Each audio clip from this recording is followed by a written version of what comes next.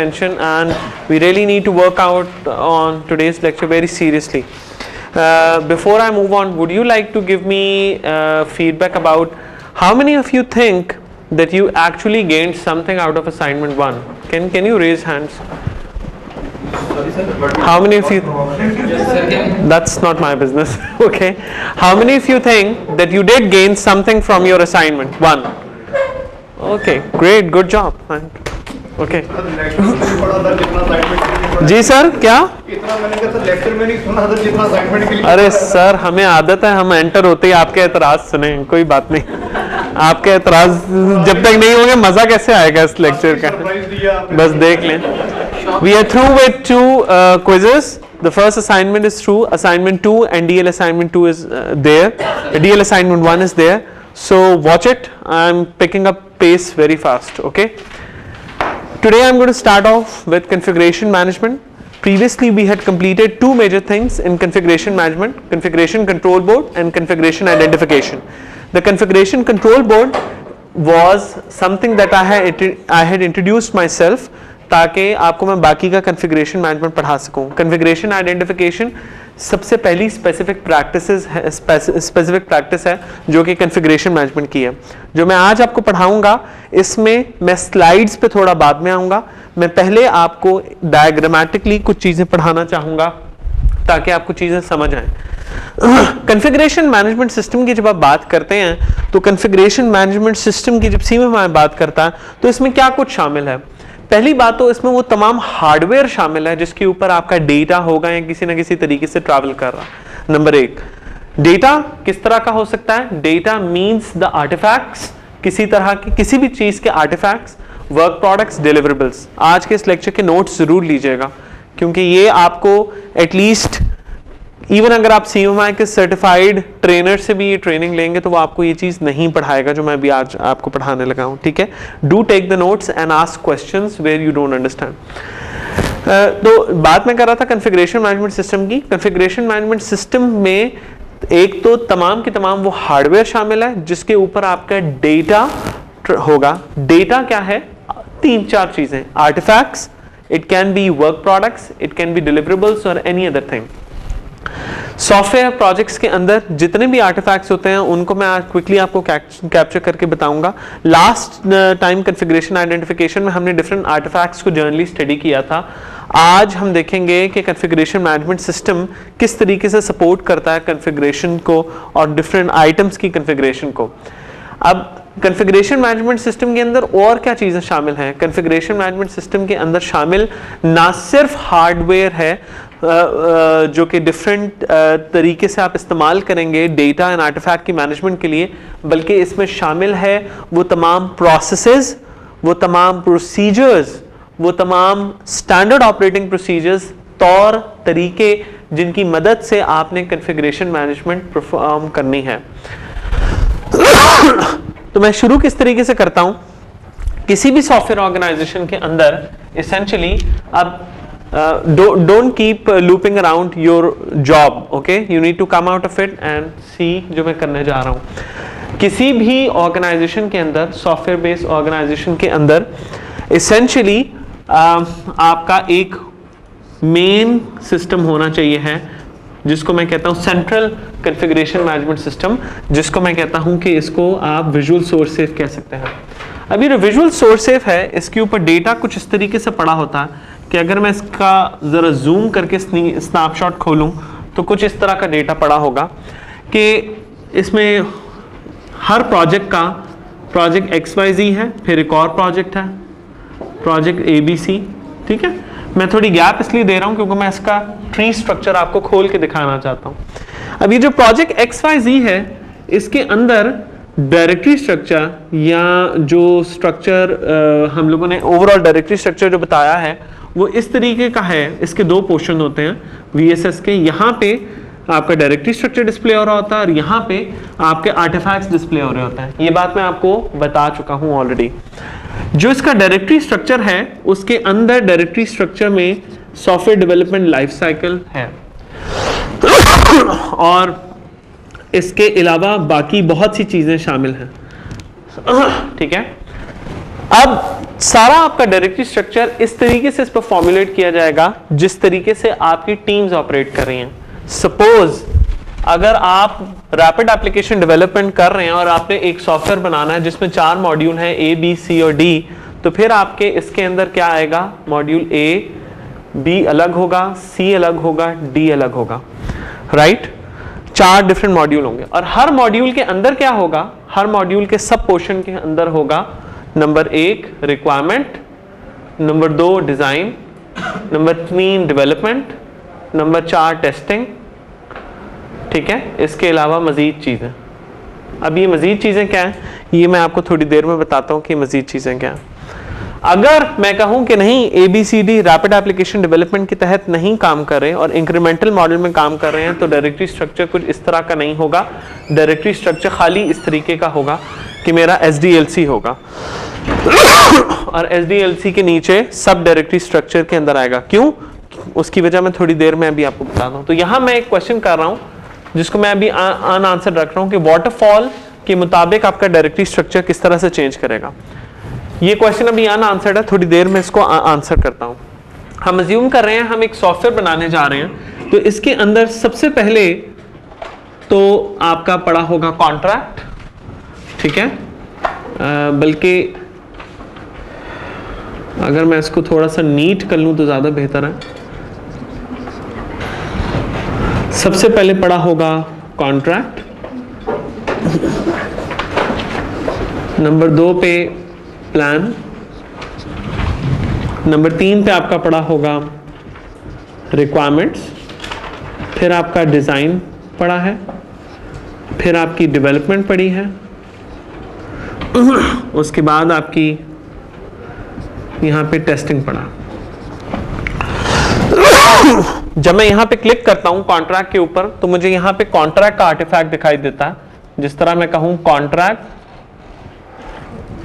जिस तरह मैं कहूं प्रोजेक्ट XYZ कॉन्ट्रैक्ट 1.1.DOC, ठीक है जी, इस तरीके से। इसी तरह जब मैं प्लान में क्लिक करता हूं, ये कॉन्ट्रैक्ट में कॉन्ट्रैक्ट पड़ा है, प्लान में क्लिक करूंगा तो यहां पे मुझे प्रोजेक्ट प्लान दिखाई देगा, रिक्वायरमेंट में क्लिक करूंगा तो मुझे SRS का डॉक्यूमेंट दिखाई देगा, डिजाइन में क्लिक करूंगा तो मुझे SDS सॉफ्टवेयर डिजाइन स्पेसिफिकेशन का डॉक्यूमेंट दिखाई देगा।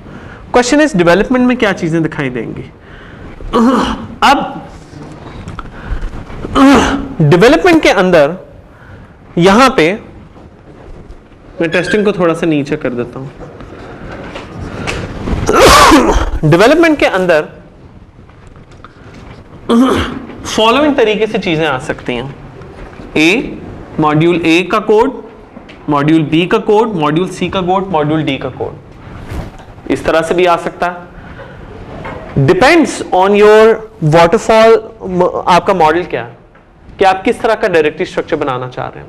अगर ABCD तीनों अलग अलग काम कर रहे हैं और ABCD की रिक्वायरमेंट्स भी फर्क है, डिजाइन भी फर्क है, ठीक है, तो मैं क्या करूंगा, ऐसी प्लान को निकाल के ये वाली चीजें 4 बनाऊंगा, A के लिए, B के लिए, C के लिए, D के लिए।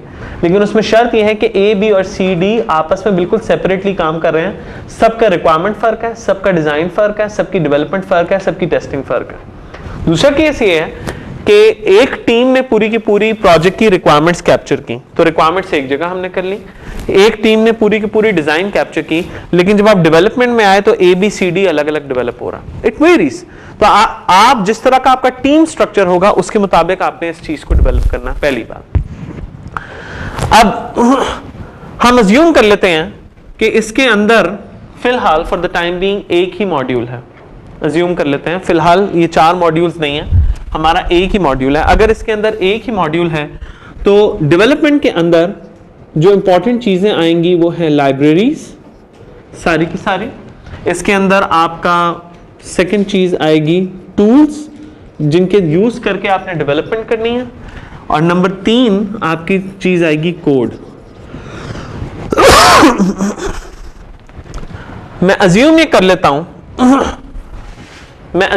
लेता हूं कि जो मेरा डेवलपमेंट हेड है वो ये है और इसके साथ 3 बंदे डेवलपमेंट कर रहे हैं।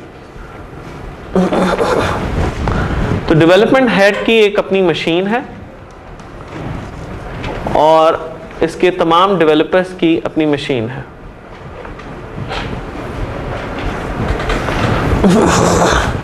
ठीक है जी। इसी तरीके से यहां पे आपकी टेस्टिंग की टीम है, यहां टेस्ट मैनेजर है और उसके साथ आपके टेस्टर्स हैं जिनकी अपनी अपनी मशीन है।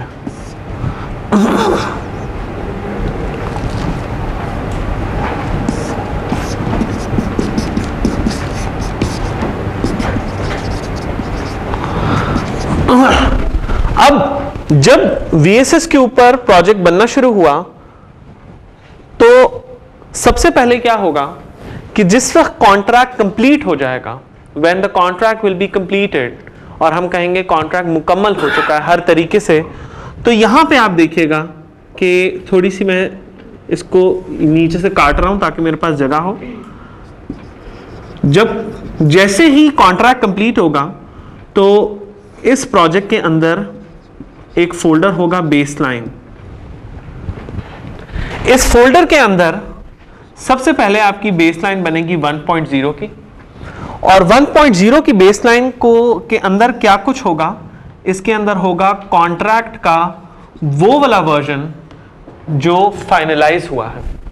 सपोज अगर कॉन्ट्रैक्ट का वर्जन 1.3 आपने फाइनलाइज किया है तो 1.3 इसके अंदर कॉन्ट्रैक्ट का दिखाई दे रहा होगा। ठीक है जी, यहां तक क्लियरिटी है सबको?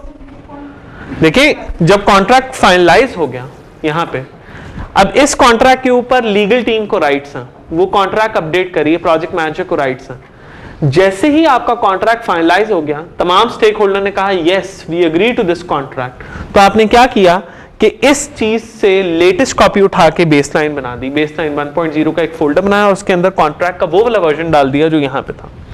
अच्छा, अब यहां पे आप देखिएगा आप क्या करेंगे, यहां पे एट दिस मोमेंट आपने करना क्या है कि आपने, बहुत बेहतर है, कॉन्ट्रैक्ट का वर्जन 1.3 था, आपने 1.3 के ऊपर से लीगल की टीम के राइट्स रिवोक कर लेने हैं, पूरे के पूरे राइट नहीं करने देना उनको खाली रीडेबिलिटी देनी है, और उनको एक और वर्जन बना देना है 1.4 का कि अगर चेंज आएगी, खासतौर पे बल्कि 1.3 में से आप सबके राइट्स हटा लेंगे। राइट्स अब देंगे कब? राइट्स आप सिर्फ तब देंगे जब आप कॉन्ट्रैक्ट के अंदर कोई चेंज प्रपोज होगी, तो आप किस पे राइट्स देंगे? आप कॉन्ट्रैक्ट का वर्जन 1.4 बनाएंगे और उसके ऊपर राइट के राइट्स देंगे। 1.3 को आप डिस्टर्ब नहीं करेंगे। ठीक है, सर सारे क्वेश्चंस पढ़े होते हैं फिर इस तरह? सब जी, प्रीवियस हिस्ट्री सारी पड़ी होगी। अच्छा, नंबर 2 पे बेसलाइन नंबर 2 क्या कंटेन करती है? बेसलाइन नंबर 2 कंटेन दो चीजें करती है। Number 1, it will contain the contract का वो वर्जन जो लास्ट बेसलाइन है, लास्ट बेसलाइन है वो है version 1.3, and it will contain in addition to this the project plan, और उसका वो वाला वर्जन जो कि फाइनलाइज हुआ है। ठीक इसी तरह से जैसे हमने कॉन्ट्रैक्ट को फ्रीज कर दिया था, जब आपकी बेसलाइन 2 कब बनेगी? बेसलाइन 2 फॉर्मुलेट तब होती है जब आपका प्लान जो है उसको आप कहते हैं this plan is completely frozen and according to the contract. According to the contract आपको कैसे पता लगता है? रिक्वायरमेंट ट्रेसेबिलिटी मैट्रिक्स से, ठीक है, कि वो अकॉर्डिंग है। जब ये रिव्यूज वगैरह सब चीजें पास कर चुका है तब आप बेसलाइन 2 बनाते हैं। Baseline 2 is very simple. इसी तरह baseline 3 will always contain contract, project plan plus SRS का document. Baseline 4 will always contain contract, project plan, requirement, design का document. Is this clear so far? लेकिन फर्ज करें अगर 4 बिल्कुल डिफरेंट डिपार्टमेंट्स ABCD काम कर रहे हैं और अपनी अपनी रिक्वायरमेंट्स अलग अलग हैं, तो फिर क्या होगा? फिर यहां पे बेसलाइन का एक फोल्डर नहीं बनाएगा। बेसलाइन फॉर A बनेगा, बेसलाइन फॉर B अलग बनेगा, बेसलाइन फॉर C अलग बनेगा, बेसलाइन फॉर D अलग बनेगा, और फिर बेसलाइन A के अंदर कॉन्ट्रैक्ट और प्रोजेक्ट प्लान तो इन चारों का कॉमन है, कॉन्ट्रैक्ट और प्रोजेक्ट प्लान तो इन चारों का कॉमन है, तो बेसलाइन A की 3 पे क्या डलेगा? कॉन्ट्रैक्ट जो कि कॉमन है, प्रोजेक्ट प्लान जो कि कॉमन है, और रिक्वायरमेंट डॉक्यूमेंट सिर्फ A का। ठीक है, लेकिन हम यहां पे अज्यूम कर रहे हैं कि हम इतने मॉड्यूल्स नहीं है, हमारे पास एक ही मॉड्यूल है और उसी के ऊपर लेके हम काम कर रहे हैं। जी क्वेश्चन। जो ऑर्गेनाइजेशनल लेवल के डॉक्यूमेंट्स होते हैं जैसे कि प्रोसेसेस होते हैं वो भी इसके अंदर में इंक्लूड करते हैं जो कि किंग को बनाने के लिए नहीं, वो नहीं, ये खाली प्रोजेक्ट की बात हो रही है। तो इनको जो इनके जैसे कोई टेम्पलेट्स वगैरह होंगे वो भी यहाँ पे होंगे? नहीं, सिर्फ ये स्ट्रिक्टली यही चीज कंटेन करेगा हमेशा। जी किसी को कोई क्वेश्चन? सर SDLC हमने ऊपर शुरू में लिखा था कॉन्ट्रैक्ट और प्लान, ये इसका पार्ट होगा? नहीं, एक्चुअल में इसका पार्ट नहीं है। आपकी बात ठीक है, कॉन्ट्रैक्ट और प्लान ऊपर होना चाहिए, यू आर करेक्ट। इसको अगर मैं थोड़ा सा इस तरीके से बल्कि बना दूं ना तो बहुत बेहतर हो जाएगा कि SDLC ये यूं गया और कॉन्ट्रैक्ट इसके लेवल का पार्ट है, यू आर करेक्ट। लेकिन बात वही है कि इनके उसके सब फोल्डर्स इसी तरह से बनेगा। अब यहाँ पे इंपॉर्टेंट पॉइंट आपके लिए अंडरस्टैंड करने वाला क्या है कि जो डायरेक्टरी स्ट्रक्चर है ये वेरी करेगा according to the waterfall model. देखिए ना, अगर 4 टीम्स हैं और ABCD 4 अलग अलग टीम बना रही हैं, मैं फिर से रिपीट करता हूं, ABCD 4 अलग अलग टीम्स बना रही हैं, तो क्या होगा कि इनकी रिक्वायरमेंट्स फर्क है सबकी, इनका डिजाइन भी फर्क होगा, इनकी डेवलपमेंट भी फर्क होगी, इनकी टेस्टिंग भी फर्क होगी, लेकिन इनका कॉन्ट्रैक्ट और प्रोजेक्ट प्लान कॉमन है। तो प्रोजेक्ट प्लान और कॉन्ट्रैक्ट को इधर लेने दें। SDLC 4 बनेंगे, SDLC A के लिए, B के लिए, C के लिए, D के लिए। इसी तरह बेसलाइन 4 बनेंगी, A के लिए, B के लिए, C के लिए, D के लिए। Is this correct? Okay okay. अच्छा, अब जरा अभी भी ये आंसर नहीं है क्वेश्चन, अभी इसको मैं मजीद आंसर करूंगा। अब रिक्वायरमेंट मैनेजर जो होता है उसको बेसिकली राइट्स होते हैं इसके ऊपर सारे के सारे और इसके ऊपर, इसके साथ पूरी इंजीनियर्स की टीम भी होती है, ठीक है। जबकि आपका जो डेवलपमेंट हेड है उसको राइट्स हैं इसके ऊपर। कोड के अंदर एक स्पेशलिटी है। कोड के अंदर क्या, कोड के भी वर्जन्स किस तरह पड़े होंगे? कोड 1.0 1.0 के अंदर अनलाइक यहां पे जहां डिजाइन में 1.0 के अंदर खाली में भी एक डॉक्यूमेंट पढ़ाओ, इधर 1.0 के अंदर पड़े होंगे हो सकता है 10 फाइल, 5 फाइल, 7 फाइल्स, 100 फाइल्स, जितनी भी। और वो फाइल्स कौन सी हो सकती हैं? अज्यूम कर लेते हैं .cpp files. In file names के अंदर आपको वर्जन नंबर देने की जरूरत नहीं होती, तो वर्जन नंबर आपने बाकी तमाम का देना है फाइल नेम के अंदर, इसका, इसका, इसका, इसका और इनका, इन तमाम चीजों का, with an exception of code का आपको देने की जरूरत नहीं है। अब अज्यूम कर लेते हैं 1.0 1.0 में मैं आपको पहले स्पाइरल कह रहा हूं, इंक्रीमेंटल मॉडल सिखाता हूं कि जिसके अंदर इंक्रीमेंट्स। सपोज पहले इंक्रीमेंट के अंदर A आपने बनाया, पहले इंक्रीमेंट में आपने A बनाया, तो आपने क्या किया? वर्जन 1.0 बनाया, उसके बाद डेवलपमेंट हेड करते करते करते करते यहां पे 1.0, 1.1, 1.6 पे आ गया। 1.6 पे उसको जाके फील हुआ कि यार अब हमारा A तैयार है, ठीक है, इट्स रेडी। तो जैसे जैसे यहां पे नए वर्जन्स क्रिएट होते जा रहे हैं, अव्वल तो ये वर्जन्स कौन क्रिएट कर रहा है? यहां पे सिर्फ कॉन्फ़िगरेशन मैनेजर। कॉन्फ़िगरेशन मैनेजर नया फोल्डर बनाता और उसके अंदर प्रीवियस कोड उठा के एज इट इज डाल देता, पिछले वाले में राइट्स रिवोक कर देता, अगले वाले में राइट्स दे देता। 1.6 के ऊपर इनको check in check out rights हैं, यानी कि उसको ये अपडेट कर सकते हैं, उससे पीछे वाले किसी भी वर्जन को ये अपडेट नहीं कर सकता, राइट?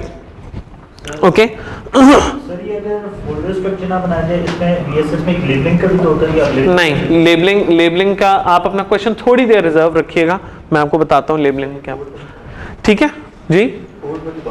देखिए कोड क्या है, कोड का जिस तरह यहां पे रिक्वायरमेंट डिजाइन के हम जब भी नया वर्जन बनाते थे तो हम एक नया फोल्डर बनाते थे, पिछली SRS को नए वाले में कॉपी करके उसको हम सील कर देते थे, पिछले वालों पे राइट्स रिवोक करते थे, उसी तरह कोड पे आपने पिछले फोल्डर्स पे राइट्स रिवोक कर दिए।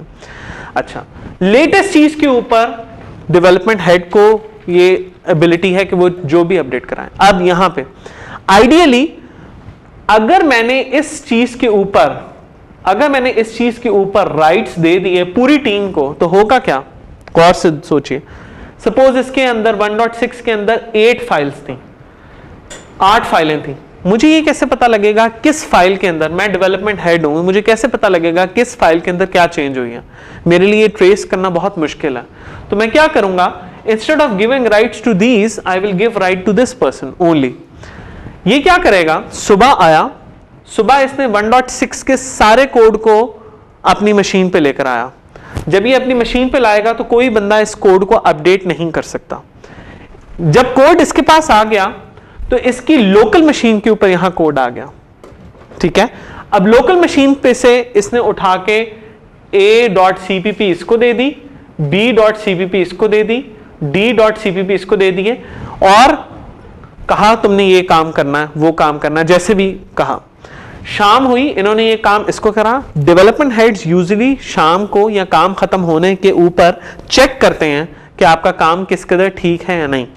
जब इसने ये काम अप्रूव किया तो इसने इसको वापस कोड को चेक इन करवाया, चेकआउट करवाया। चेक इन एंड चेकआउट बिल्कुल होटल से याद रखिएगा आप, ठीक है। जब आप कमरे के अंदर जाते हैं तो आप चेकआउट नहीं करते, चेक इन करते हैं, और जब आप निकल रहे होते हैं तो आप चेकआउट करते हैं, ठीक है। इसी तरह आपने पहले इसको चेक इन किया था, अब आपने इसको चेकआउट किया ताकि ये कोड यहाँ पे एज इट इज सही। इससे क्या हुआ, आपका जो यहाँ पे कोड पड़ा है उसकी एक वैलिडेटेड कोड है, उसकी एक सैंक्टिटी बरकरार है। इज दिस करेक्ट सो फार? जब ये कोड एक सर्टेन स्टेज तक पहुंच गया, सपोज ये कोड पहुंच गया इस लेवल तक कि आपका डेवलपमेंट हेड ने डेवलपमेंट प्लान को फॉलो करना और टेस्ट मैनेजर ने टेस्ट प्लान को फॉलो करना, ठीक है। ये प्लान और ये प्लान दोनों के दोनों प्रोजेक्ट प्लान को फॉलो करेंगे। यानी कि फॉलो करने से मुराद ये है कि अगर प्रोजेक्ट प्लान के अंदर लिखा है कि डेवलपमेंट इस डेट से इस डेट तक होगी, तो डेवलपमेंट हेड ने अपना सारा काम इस जो प्लान है वो इन दो डेट्स के बीच में बनाना। इसी तरह टेस्ट प्लान के अंदर अगर प्रोजेक्ट प्लान में लिखा है कि टेस्टिंग इस डेट से इस डेट तक होगी, तो इसमें जितना कुछ काम इसने करना है वो इन कंस्ट्रेंट्स के मुताबिक करना। तो डेवलपमेंट हेड ने पहले प्लान बनाया होता है कि यार जो मेरी फर्स्ट मैं टेस्टिंग के लिए चीज दूंगा, अभी मैं लफ्ज चीज इस्तेमाल कर रहा हूं, उसके ऊपर फर्स्ट इसके ऊपर मैं ए को इंप्लीमेंट कर लूंगा। अगर उसने ए इंप्लीमेंट कर लिया 1.6 में, तो क्या होगा कि वो टेस्टिंग वालों को कहेगा कि तुम अब इसको टेस्ट करना शुरू कर दो। अब यहां पे मैं कॉन्फ़िगरेशन मैनेजर बना रहा हूं जिसका अपना सिस्टम है, और कॉन्फ़िगरेशन मैनेजर इस पूरे सिस्टम को अपने लोकल सिस्टम से VSS को कंट्रोल कर रहा, ठीक है ना। अब यहां पे देखिएगा, जब इसने कोड इसको दिया तो क्या हुआ, मैं यहां लिख रहा हूं what happens after the code is delivered. After code is delivered, इस क्वेश्चन को 2-4 मिनट बाद में आंसर करता हूं। जब डेवलपमेंट टीम काम कर रही होती है और डिजाइन टीम काम कर रही है, तो टेस्टिंग वाले फारिग नहीं बैठे होते। टेस्टिंग वाले क्या करते हैं, अब मैं इस चीज का स्ट्रक्चर यहां बना रहा हूं। टेस्टिंग वाले क्या करते हैं, सबसे पहले तो टेस्ट प्लान बनाते हैं। टेस्ट प्लान बनेगा इनका डेफिनेटली, ये जो टेस्ट प्लान है ये इनके प्रोजेक्ट प्लान का हिस्सा, इसी तरह उसका डेवलपमेंट प्लान भी प्रोजेक्ट प्लान का हिस्सा, ठीक है। वो तो वहां पड़ा हुआ, यानी कि इसके अंदर टेस्ट प्लान भी है और इसके अंदर डेवलपमेंट प्लान भी है। इसके अंदर क्वालिटी मैनेजमेंट प्लान है पूरे का पूरा, जो कि मैं आपको बताऊंगा क्या होता है आज। टेस्टिंग वालों ने सबसे पहले, टेस्टिंग वालों के स्ट्रक्चर के अंदर, बल्कि इसको यहां बनाने के बजाय let me take it over there, मैं अज्यूम कर लेता हूं ये 1.6 आखिरी था और मैं यहां आ जाता हूं। टेस्टिंग के अंदर क्या पड़ा है इसको जरा गौर से देखिएगा। एक तो इसके अंदर पड़े होंगे टेस्ट केस डिजाइन डॉक्यूमेंट्स, और दूसरा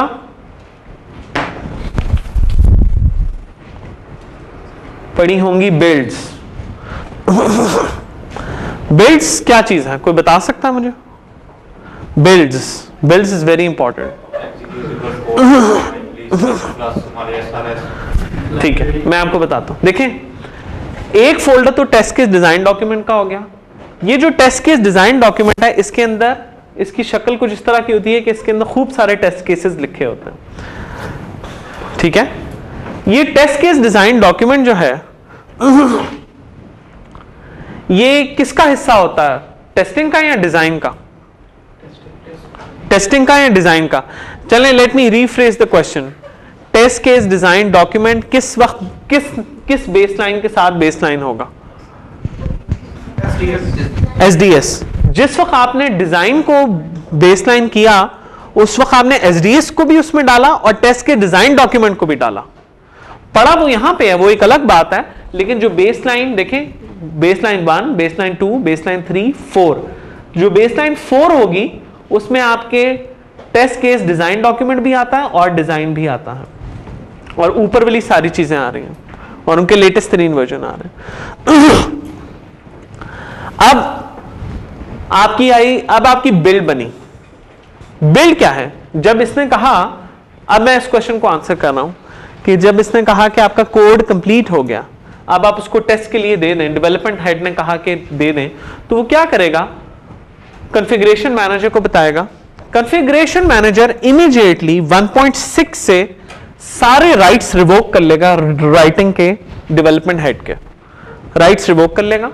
इसको एक नया फोल्डर बना देगा 1.7 का, उसके अंदर वो तमाम कोड वही कॉपी कर देगा और 1.7 के ऊपर इसको राइटिंग के राइट्स दे देगा। Is this correct? इसका मतलब है 1.6 और उससे पहले वाले पे कोई राइट्स किसी को नहीं है। फिर इसने क्या किया? द नेक्स्ट थिंग इसने क्या किया, इसने बिल्ड ली और बिल्ड बनाई। और बिल्ड इसने किस तरह से बनाई? Build at the rate of baseline, build at the rate of baseline 5.1। अभी किस तरह से 5.1? जब इसने पहले इसने बनाई 5.0 बनाई 5.0 बनाई। 5.0 में क्या चीज आ रही है इसको देखिएगा। 5.0 में आ रहा है ऊपर की तमाम चीजें प्लस कोड सब चीजें आ रही हैं, ऊपर वाली तमाम चीजें प्लस कोड। और बिल्ड बनी 1.0 at the rate of baseline 5.0। क्यों बिल्ड में आप बाकी तमाम चीजें इंक्लूड कर रहे हैं? देखिए, जब आपने टेस्टर को दिया तो टेस्टर को उठा के आप बिल्ड देंगे। बिल्ड के अंदर क्या कुछ है? बिल्ड के अंदर बेसलाइन कॉन्ट्रैक्ट है, प्रोजेक्ट प्लान है, टेस्ट केस डिजाइन डॉक्यूमेंट्स हैं, एसडीएस है, उसके अंदर रिक्वायरमेंट्स है, उसके अंदर कोड है। Is this correct? अब इस बिल्ड को जब इसने यहां रख दिया, इसने ये पूरी की पूरी बिल्ड बना दी, तो कॉन्फ़िगरेशन मैनेजर ने कुछ चेक लगाने हैं। चेक क्या लगाना है? जब आप कोड को उठाते हैं और इसके अंदर आप डालते हैं बेसलाइन के अंदर, तो कॉन्फ़िगरेशन मैनेजर सबसे पहले क्या करता है? बेसलाइन के अंदर हर चीज डालेगा, लाइब्रेरीज भी, टूल्स भी और कोड भी डालेगा। कोड का कौन सा वर्जन डालेगा? 1.6 डालेगा, राइट? और टूल्स का जो लास्ट वर्जन आप यूज कर रहे थे। लाइब्रेरीज का जो बिल्ड क्या है? Build is the complete package that you give to the tester कि भाई ये लो, इसको तुम टेस्ट करोगे। समझ रहे हैं बात आप मेरी? तो जब इसने ये बेसलाइन बना ली तो उसके बाद इसने यहां पे बिल्ड बनी, और बिल्ड बनने के ऊपर जब आपकी बनी तो आपने build 1.0 base at the rate of baseline किसके ऊपर है? 5.0 के ऊपर है। अब यहां पे देखिएगा हुआ क्या, इस जगह के ऊपर टेस्टिंग के ऊपर अपडेट राइट्स किसको हैं? टेस्ट मैनेजर को। क्यों अपडेट राइट्स हैं? जब टेस्ट पास होते जाएंगे तो वो टेस्ट केस डिजाइन डॉक्यूमेंट के एक वर्जन को खोल के उसके अंदर अपडेट करता जाएगा कि आपके टेस्ट जो हैं वो पास हो रहे हैं। बिल्ड के ऊपर किसी को राइट्स नहीं होते चेंज करने के, इसमें सिर्फ रीड राइट्स होते हैं हर एक के। बिल्ड के अंदर एक और चीज कंटेन्ड है अदर देन बेसलाइन, और वो क्या है? कोई मुझे बता सकता है? कोड का रिलीज फॉर्म। जब डेवलपमेंट हेड ने कोड इसको दे दिया तो वो बताएगा कि इस जो कोड के अंदर दिया है उसके एक रिलीज फॉर्म सा बनता है जिसके अंदर वो बताता है देखो मैंने ये चीजें दी हैं, ये कोड की फंक्शनैलिटी दी है, इसके अंदर ये पोटेंशियल प्रॉब्लम्स हैं, ये गेर, इन अदर वर्ड्स वो ये 1.6 जो उसने टेस्टिंग के लिए दिया है उसकी कंप्लीट इंफॉर्मेशन का एक फॉर्म देगा जो कि बिल्ड का हिस्सा होगा। बेसलाइन का हिस्सा नहीं होता लेकिन बिल्ड का वो हिस्सा होता। So far so good. Any question? How many of you are getting? Please can you give me your feedback? Okay, you not getting? आप? Okay, I stop for a moment. Questions? Let's ask questions. जी. Sir question क्या समझ नहीं आ रहा कि जो नया version बना रहे हैं पिछले सारे वर्जन बना रहे हैं। हमने बेसलाइन बनाई है ना, बेसलाइन की बात कर रहे हैं हम। देखिए बेसलाइन के अंदर कंटेंट होगा पिछली बेसलाइन की चीज अगली बेसलाइन में एज इट इज आ जाती है, जो भी उसके अंदर कंटेंट है, प्लस एन एडिशनल आर्टिफैक्ट, नया आर्टिफैक्ट जिसको बेसलाइन करना। अब हमारी बेसलाइन 5 में नया आर्टिफैक्ट क्या है? कोड है ना। कोड का कौन सा वर्जन आया है इसके अंदर? 1.6, 1.7 अभी बनाया, 1.6 उठाया, 1.7 इसको बना के इसलिए दिया डेवलपमेंट हेड को क्योंकि 1.6 पे इसके राइट्स रिवोक हो चुके हैं। डेवलपमेंट है इसको कोई बंदा नहीं छेड़ सकता, nobody can touch this. Okay, correct. इधर ये अपनी चेंजेस वगैरह जो भी करनी है करेगा। समझ रहे हैं बात मेरी? और कोई क्वेश्चन आपका? कोड रिलीज फॉर्म में क्या-क्या होता है? कोड रिलीज फॉर्म में इस तरह की इंफॉर्मेशन होती है। देखें जिस तरह जब वो कोड देता है कहता है कि मैंने कोड में ये फंक्शनैलिटीज कर ली हैं, करंटली ये एरर्स हैं, ये प्रॉब्लम्स हैं, ये डेफिशिएंसीज हैं, ये स्ट्रेंथ्स हैं, पूरे का पूरा कोड के बारे में हर डिटेल बताता है जो कुछ उसने बताना है। इट्स लाइक अ जी डॉक्यूमेंटेड फॉर्म होता है। ठीक है, अब जरा यहां पे देखिएगा आपकी बिल्ड बन गई। अब टेस्टर ने, टेस्ट मैनेजर ने क्या किया, ये बिल्ड उठाई और इस सबसे पहले कॉन्फ़िगरेशन मैनेजर ने बिल्ड में एक चीज इंश्योर करनी होती है जो कि हमारे मुल्क में कहीं इंश्योर नहीं होती, और जब भी मैं किसी ऑर्गेनाइजेशन में जाता हूं इस छोटी सी बात की वजह से ऑर्गेनाइजेशन फेल करती है। देखें, if he is the developer and he is giving me the code for testing, so I only need to take .exe from him, .cpp from him. I need to recompile the code at my end myself. This is a mandatory requirement. अब हमारे यहाँ क्या होता है कि हमारे यहाँ जब कोड डेवलपर से टेस्टर को मिलता है तो उसके अंदर ना सिर्फ .cpp फाइल्स होती हैं बल्कि उसके अंदर साथ में .exe भी होती है और .obj फाइल्स भी होती हैं।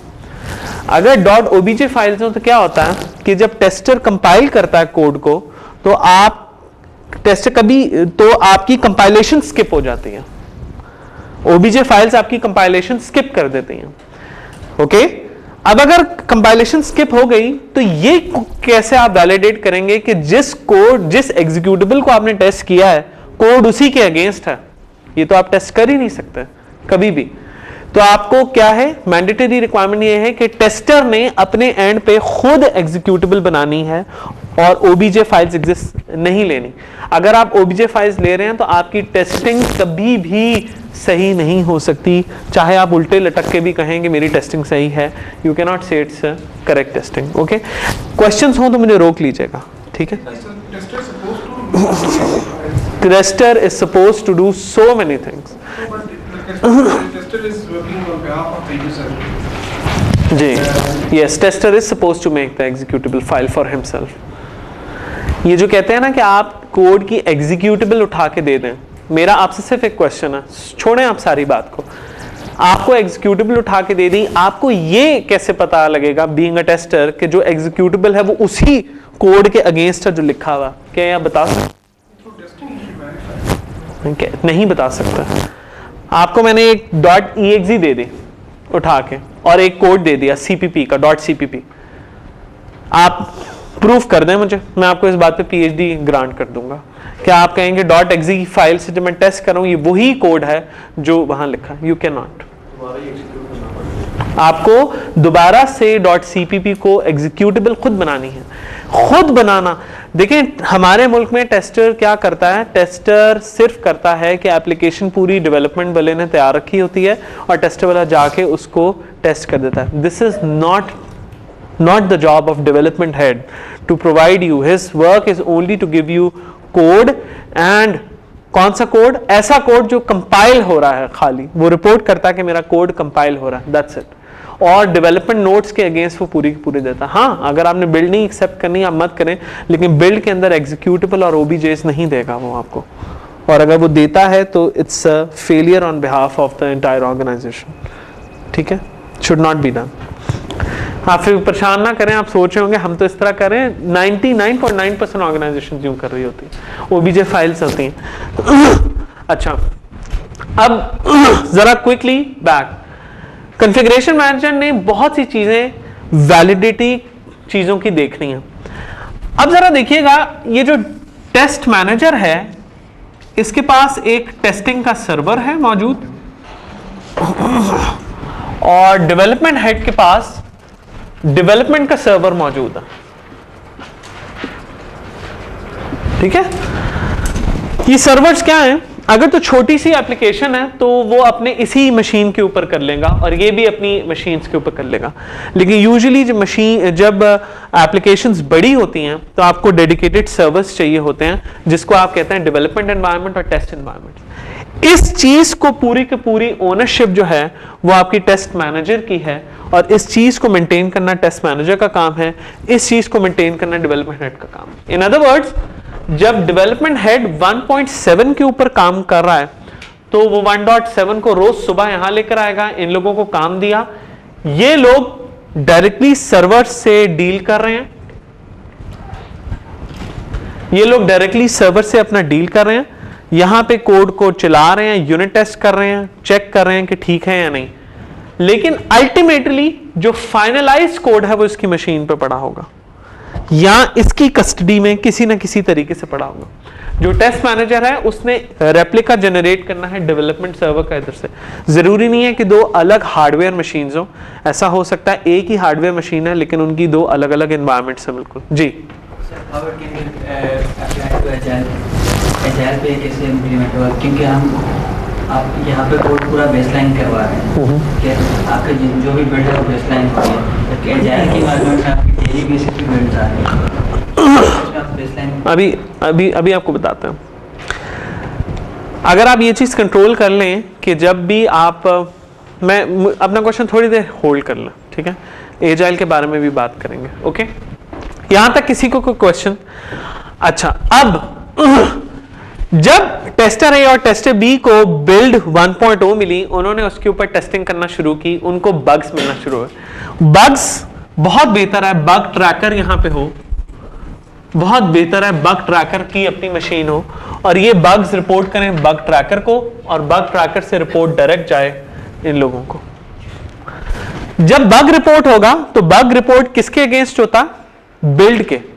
वो कहता है बिल्ड 1.0 के अंदर तुम्हारा ये बग है, ठीक है, बग है। क्यों वो कहता है बिल्ड के अंदर बग है? देखिए, अगर उस बिल्ड के अंदर बग है, अगर आप खाली कोड के अंदर उसको बग बताएंगे तो that bug may be a cause of wrong requirements और design, right? So it may be a problem कि वो कभी इस चीज को ट्रेस ना कर सके कि ये जो मेरा कोड है इसके पीछे कौन सी रिक्वायरमेंट्स हैं जो कि ये सब कुछ जनरेट कर रही हैं। लेकिन जब बिल्ड है तो अब बिल्ड के अंदर आपके पास क्या है? कॉन्ट्रैक्ट है, प्रोजेक्ट प्लान है, आपके पास रिक्वायरमेंट्स हैं, डिजाइन है, पूरे का पूरा कोड है, ठीक है, आपके पास रिलीज नोट्स अवेलेबल है। तो आपने बग रिपोर्ट किए उनको, ये तीनों के तीनों डेवलपर्स बग्स इनको आए जा रहे हैं, ये बग्स सॉल्व करे जा रहे हैं। जब बग्स सारे के सारे हो गए, डेवलपमेंट हेड ने देखा कि हमने काफी से सारा बग्स रिपोर्ट कर लिए, तो इसका मतलब है कि एक को इन्होंने इंप्रूव कर लिया, और हो सकता है खाली इस दौरान जब ये बग्स रिपोर्ट है तो इन्होंने ए को नहीं, इन्होंने बी भी साथ में बनाई हो, ठीक है। दोबारा से वही प्रोसेस चल रहा है, 1.7 के बाद 1.8, 9, 10, 11, 12, 13, 14, 15, ये डेवलपमेंट हेड 15 तक पहुंच गया। और अब ये जो 1.15 है इसके अंदर ए इंप्रूव्ड फॉर्म में है और बी जो है वो तैयार हो चुका। अब इसने क्या किया, डेवलपमेंट हेड ने जब तमाम के तमाम बग्स क्लोज हो गए तो टेस्ट प्लान ने कहा जी हम लोगों ने पहली बिल्ड को टेस्ट कर लिया, और डेवलपमेंट ने कहा जितने तुमने बग्स रिपोर्ट किए थे वो हमने क्लोज कर लिए हैं, उनमें से कुछ ऐसे बग्स हैं जो हम डेफर कर देते हैं, अगली दफा हम करेंगे, बाकी तमाम के तमाम हमने सॉल्व कर लिए। वंस दिस इज डन और बी तैयार हो जाती है तो द साइकिल फॉलोज अगेन। फिर क्या होता है कि डेवलपमेंट हेड कॉन्फ़िगरेशन मैनेजर के पास दोबारा जाता है, उससे कहता है कि मुझे एक और बेसलाइन बना दो, बेसलाइन 5.1, 6.0 नहीं 5.1 बना दो, उसके अंदर मुझे सारी की सारी ऊपर की चीजें रख दो 1 2 3 4 जो भी है, और मुझे इसके अंदर डाल दो कोड कौन सा 1.15। अब बाज ऑर्गेनाइजेशंस यहां पे डिफरेंट काम करती हैं, बाज ऑर्गेनाइजेशन डिफरेंट, बाज ऑर्गेनाइजेशंस क्या करती हैं, बिल्ड बनाती हैं बेसलाइन की जगह कोड के ऊपर, वो भी ठीक है, कोड के ऊपर बिल्ड बनाई और उस बिल्ड को उठा के बेसलाइन के अंदर डाल दिया, दैट्स ओके, एक ही बात है, कोई फर्क नहीं पड़ता। या आप बिल्ड बनाए बेसलाइन के ऊपर, मकसद ये कि टेस्टर तक जब ये चीज पहुंचे तो उसके पास खाली कोड नहीं जाना चाहिए, उसके पास कोड के साथ बाकी तमाम डॉक्यूमेंट्स भी जाने चाहिए। यहां तक क्लियर? तो आप कर क्या रहे हैं कि the cycle follows and it will keep improving keep improving keep improving. Okay, अब जब इसने बिल्ड 2.0 आई जो कि नई बेसलाइन के ऊपर बनी है, तो फिर उस पर बग रिपोर्ट हुए। बिल्ड 2.0 पे आपके टेस्टर ने क्या देखना है, टेस्टर ने बिल्ड 2.0 पे नए बग्स निकाले और ये देखा जो प्रीवियस बिल्ड पे हमने बग्स रिपोर्ट किए थे क्या वो बग्स इस बिल्ड में सही हो चुके हैं जो डेफर हुए थे या नहीं। अगर तो वो सही हो चुके हैं तो वो भी क्लोज हो जाएंगे। इसीलिए जब आप बग ट्रैकिंग करते हैं तो उसमें आप ये लिखते हैं bug reported in which build, solve in which build, किस बिल्ड में आपने सॉल्व किया, उसी में किया या उससे अगली में किया सॉल्व। ठीक है, तो आपका ये पूरे का पूरा साइकिल चल चुका है। अब आप कहेंगे सर इसमें ये पूरे का पूरा प्रोसेस चल रहा है तो चेंज मैनेजमेंट कहां से आता है। सपोज ये पूरे का पूरा किस्सा चल रहा है, अचानक टेस्टर्स ने कोई बग रिपोर्ट किया, इसको रिक्वायरमेंट मैनेजर को पता लगा यार we have a problem in the requirements now, we have a problem in requirement. So immediately इस बंदे का काम क्या होगा, ये बंदा इमीडिएटली अपनी पूरी टीम का काम रोकेगा, सबसे पहले चेंज मैनेजमेंट फॉर्म भराएगा। मैं आज आपको चेंज मैनेजमेंट फॉर्म दिखाऊंगा। चेंज मैनेजमेंट फॉर्म भरवा के रिक्वायरमेंट पे जाएगा, रिक्वायरमेंट का नया वर्जन का फोल्डर बनवाएगा, पिछले वाले को फ्रीज करवाएगा और यहां पे बेसलाइन जनरेट करेगा 5.3। 5.3 बेसलाइन क्यों जनरेट करेगा? अब 5.3 के अंदर क्या कंटेंट है, वो एसआरएस जो चेंज होगी वो इसके अंदर कंटेंट होगी और रिक्वायरमेंट ट्रेसेबिलिटी मैट्रिक्स से आपको पता लगेगा इस एसआरएस की इस जगह चेंज की वजह से बाकी आर्टिफैक्ट्स पे क्या असर पड़ा। तो जितने भी चेंज आर्टिफैक्ट्स होंगे उन सब का सेट 5.3 के अंदर पड़ेगा। इसका मतलब है कि 5.3 के अंदर वो लेटेस्ट कोड भी आ सकता है जो कि यहां पे चेंज आपको करना पड़े। Is this clear? सारी चीजें नहीं आएंगी उसके अंदर। सारी, अगर चेंज पे सब इंपैक्ट, अगर फर्ज करें रिक्वायरमेंट पे चेंज के बाद इंपैक्ट डिजाइन डेवलपमेंट पे आ रहा है, डिजाइन पे नहीं आ रहा, तो डिजाइन का वही वर्जन आ जाएगा जो पहले था। ठीक है, हाँ, इन अदर वर्ड्स चेंज आने के ऊपर अब आप यहां पे देखिएगा कि सारी बेसलाइन इस तरह बन रही हैं, 1 2 3 4 5 के आगे जो बेसलाइंस बन रही हैं वो 5.1 5.2 5.3 है। अज्यूम कर लेते हैं कि अभी आपकी डेवलपमेंट स्टार्ट ही नहीं हुई, अभी आप जैसे अगर हमारा कोड चेंज होता है सपोज 1.6 तो उसमें जो चेंजेस आएंगे तो वो मतलब उसका क्या वर्जन 5.3 में कोड आपका अभी बेसलाइन तो हुआ ही नहीं है ना फाइनली, इसलिए आपको कोड पे कोड की जो बेसलाइन फाइनल होती है ना वो आपकी बनेगी जिस वक्त आप 5.0 के लास्ट तरीन वर्जन पे चले जाएंगे तब आपका कोड फाइनल बेसलाइन होगा। अभी तक तो आपका कोड अंडर चेंज प्रोसेस है। जब हम बिल्ड में जब डालते हैं, जैसे 1.6 हमने डाला कोड का, तो वो भी तो टेस्ट होगा ना बिल्ड में। हाँ ठीक है, तो हो रहा अगर उसमें हमारे पास कोई चेंज आ गई नहीं ना, लेकिन वो एक ये जो आपकी, देखिए मैंने अभी आपको थोड़ी देर बताया कि दो तरीके से ऑर्गेनाइजेशंस ऑपरेट करती हैं। बास करती हैं बिल्ड बेसलाइन पे नहीं बनाती, कोड पे बना लेती हैं।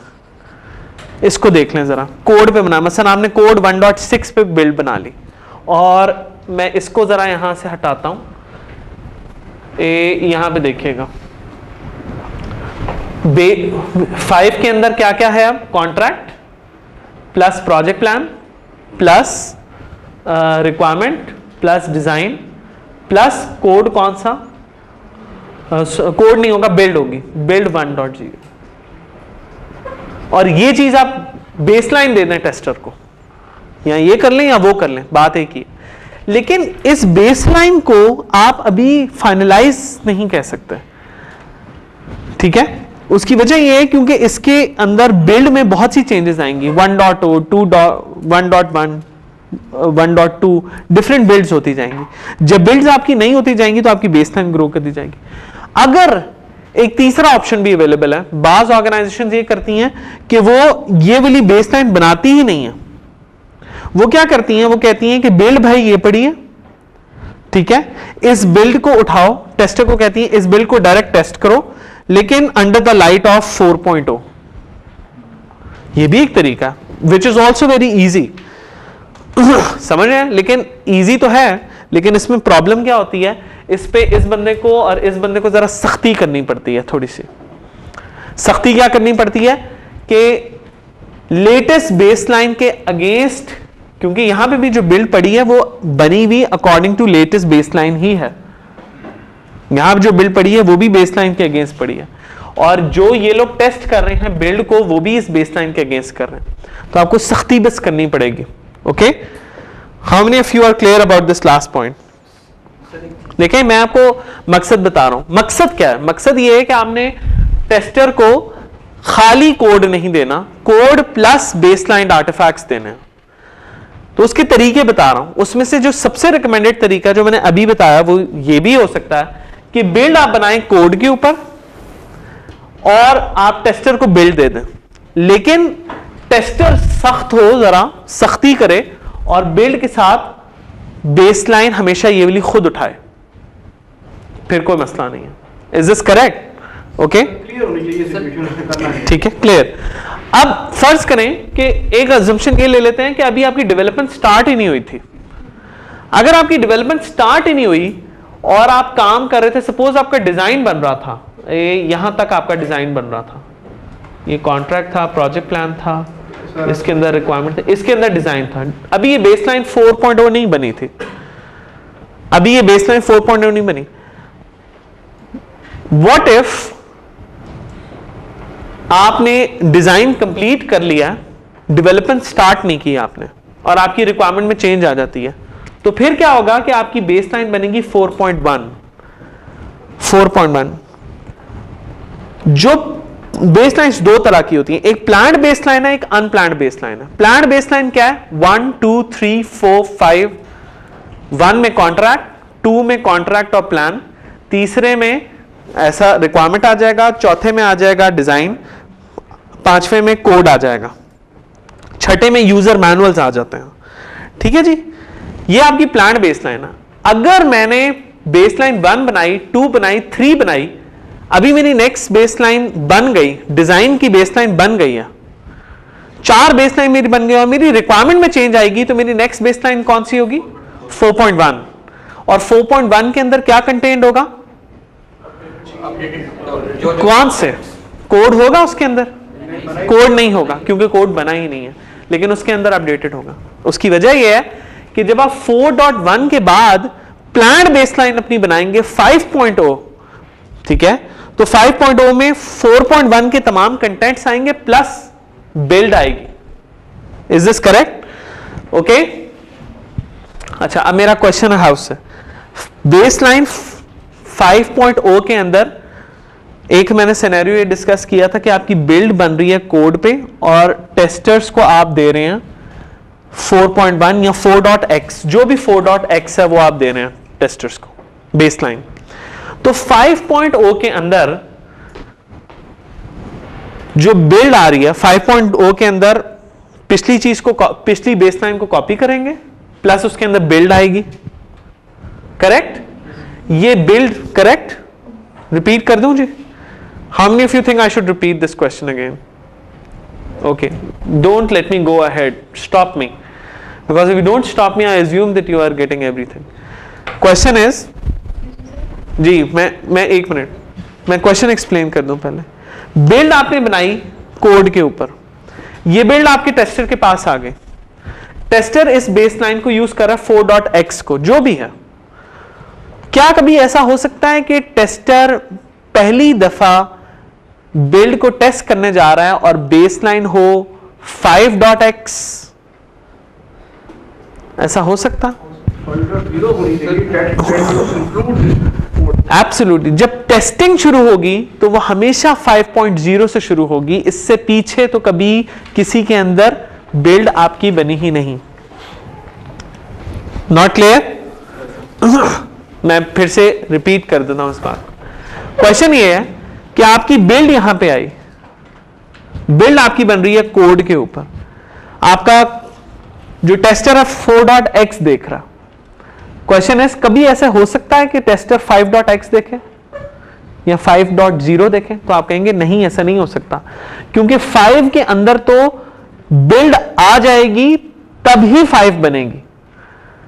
अब कौन सी बिल्ड आएगी? जो यहां पे 5.0 बनेगी उसके अंदर ये तमाम चीजें होंगी, प्लस होगी last build. Suppose build 9.0 at the rate of code 17.1. समझ रहे हैं आप? और कौन सी बिल्ड होगी? जो वैलिडेटेड होगी, जो टेस्टेड होगी वहां से. Is this correct? Is this correct? In other words, baseline 5.0 बनाने का सिग्नल कौन देगा? टेस्टर देगा या टेस्टिंग का हेड देगा या डेवलपमेंट का हेड? टेस्टिंग का हेड कहेगा हाँ भाई तुम आखिरी बेसलाइन बना लो. सर ये उस सिनेरियो में जब बिल्ड जनरेट होगी, देखिए ये सबसे बेस्ट सिनेरियो है, ये मैं आपको बताऊं. अगर आपका टेस्टर टीम वाला थोड़ा सा स्ट्रांग है, बाजू का टेस्टर टीम वाला क्या करता, वो बिल्ड उठा रहा है यहां से, लेटेस्ट बिल्ड उठाई उसने, लेकिन उसने यहां से पुरानी नई वाली बेसलाइन नहीं उठाई. ये गलत हो जाएगा. फिर इसको अगर ये अच्छा और स्ट्रांग बंदा है तो फिर ये बहुत इजीएस्ट तरीका है काम करने का. ओके, बिल्ड बनती है, आइडियली बिल्ड बननी चाहिए कोड पे. कुछ केसेस में बिल्ड बेसलाइन पे तब बनती है जब आपका टेस्टर चोरी करे, टेस्टिंग का हेड जो है ना वो उसको हो शक हो आपको कि वो 20 में से रिक्वायरमेंट्स खा जाएगा, वरना आइडियली बिल्ड कोड पे बननी चाहिए. अब आप देखिए सर्कल क्या चल रहा है, आपका नए नए यहां पे कोड्स के बनते जा रहे हैं. क्यों बनते जा रहे हैं? क्योंकि आपकी बग रिपोर्टिंग हो रही है और आप फंक्शनैलिटी ऐड कर रहे हैं. इस जगह को देखिए खाली. बिल्ड्स आपकी कब बनती जा रही हैं? जब भी एक अचीवेबल पॉइंट आता है, डेवलपमेंट हेड कहता है कि यार मैंने एक पॉइंट अचीव कर लिया है, मे बी वो तमाम बग्स मैंने अचीव कर लिए हैं, या मैंने टेस्ट प्लान के मुताबिक, जो उसका डेवलपमेंट प्लान के मुताबिक कोई इंपॉर्टेंट काम अचीव किया है, तो वो कहता है इसको टेस्ट कर दो. हर दफा जब बिल्ड इसके पास आती है तो ये सबसे पहले प्रीवियस बिल्ड्स के अंदर मौजूद बग्स को देखता है जो डेफर हो चुके थे कि क्या वो नई बिल्ड में सॉल्व हो चुके हैं या नहीं. जब तमाम बिल्ड ऐसी बन जाएगी कि पूरे का पूरा test case design document solve हो गया, एक्सेप्टेड है, तो ये कहता है कॉन्फ़िगरेशन मैनेजर को कि भाई अब तुम बेसलाइन बना दो. बेसलाइन कौन सी? प्लान्ड बेसलाइन, अनप्लान्ड बेसलाइन नहीं है. और प्लान्ड बेसलाइन कौन सी बनाओ? 5.0, जिसके अंदर तमाम इसके और इसके लेटेस्ट आर्टिफैक्ट्स आ रहे हैं जो कि 4.x से इधर कॉपी होंगे, प्लस बिल्ड आ जाएगी. यहां तक सबको क्लियरिटी है? Is everybody clear? Give me good feedback. Okay okay, thank you जी. पहले मैं इधर आऊंगा, कोई इधर क्वेश्चन था किसी का? सर आपने कहा था कि बिल्ड जो है हम बेसलाइन 5 पे बना रहे हैं, जो कि जिसमें कोड नहीं, वो मैं बता रहा था सिनेरियो 1 में, ये सिनेरियो 3 है। सिनेरियो 3 में बिल्ड हम बना रहे हैं कोड के ऊपर डायरेक्टली, सिर्फ कोड के ऊपर, बशर्ते आपका टेस्ट मैनेजर जो है वो उठाए। ठीक है, आप सर कुछ कहना चाह रहे हैं? सर कभी ये जो हमने बेसलाइन में एक बिल्ड बनाई है, बेसलाइन में बिल्ड नहीं बनाई, बेसलाइन में बिल्ड जी इसमें इंक्लूड है बिल्ड, इसको फाइनल लिखने से पहले टेस्ट वाला करेगा टेस्ट या डेवलपमेंट वाला उसको ये बना के देगा कि टेस्ट करो, पहले कब लिखा जाएगा ये बेसलाइन? ये बेसलाइन तब बनेगी जब आपकी फाइनल बिल्ड डेवलपमेंट हेड इसको डिलीवर करेगा और वो टेस्ट मैनेजर कहेगा all bugs solved, no problems, तब आपकी बेसलाइन 5 बनेगी। ठीक है, अब यहां तक किसी को कोई क्वेश्चन? और सारा प्रॉब्लम जो है ना, ये बेसलाइंस क्यों बनाई जाती हैं? बेसलाइन बनाई जाती हैं दो काम के लिए। एक तो आर्टिफैक्ट्स की कोहेरेंस रखने के लिए। हर बेसलाइन के अंदर एक और डॉक्यूमेंट भी होता, वो है रिक्वायरमेंट ट्रेसिबिलिटी मैट्रिक्स, लाजमी पड़ी होती है, जो आपको बताती है कि इस बिल्ड की क्या, इस बेसलाइन की क्या ट्रेसिबिलिटी है। पढ़ी होगी ना, by directional traceability. What if suppose किसी भी जगह आप देख लें, किसी भी जगह देख लें, आपने कॉन्ट्रैक्ट 1 यहां पे कॉन्ट्रैक्ट 1 में फाइनलाइज कर लिया था। इधर देखिए प्लीज, यहां आपने कॉन्ट्रैक्ट डाल लिया था, प्रोजेक्ट प्लान बनाते हुए कस्टमर ने अचानक कहा कॉन्ट्रैक्ट रिवाइज होगा, तो आपकी बिल्ड बेसलाइन कौन सी बनेगी अगली? 2.1। 2.1 प्रोजेक्ट प्लान आपका, देखिए मैं ये कह रहा हूं प्रोजेक्ट प्लान बन चुका है, बेसलाइन भी हो चुका है, अब कॉन्ट्रैक्ट में चेंज आ गई तो कौन सी बनी? 2.1। फर्ज करें अभी अगर आपने प्रोजेक्ट प्लान जो है उसको बेसलाइन ही नहीं किया, तो फिर हो सकता है 1.1 बने, हो सकता है 1.2 भी बन सकती है, हो सकता है प्रोजेक्ट प्लान के आने से पहले कॉन्ट्रैक्ट में 2 दफा चेंजेस आई तो 1.1 1.2 बना। तो जब 2.0 बनेगा प्रोजेक्ट प्लान जब आएगा, तो उसके अंदर कॉन्ट्रैक्ट कहां से आ रहा होगा? फाइनल वर्जन, वर्जन नहीं सर, कहें बेसलाइन। बेसलाइन 1.3 के अंदर कॉन्ट्रैक्ट 19.x पड़ा हो सकता। क्या ये बात ठीक है? मैं रिपीट करूं स्टेटमेंट, मैं कह रहा हूं बेसलाइन 1.3 में, 1.3 का मतलब क्या है? कॉन्ट्रैक्ट में 2 दफा चेंजेस आई, कॉन्ट्रैक्ट में 2 दफा चेंजेस आई, तो कॉन्ट्रैक्ट में जो दूसरी दफा चेंज आई उसके नतीजे में वर्जन डॉक्यूमेंट का क्या हो सकता? 100.1 क्यों नहीं हो सकता? वर्जन ना कहें, आप कहें बेसलाइन में जो चीज पड़ी होगी वो आएगी। ठीक है, how many of you are clear about this last point? Please give me feedback. Okay, thank you जी। If you are at baseline 4.3, which means baseline 4.3 कब बनेगी पहले आप बताएं। सर अनप्लान्ड होगी, अगर आपको 4 चेंज हो या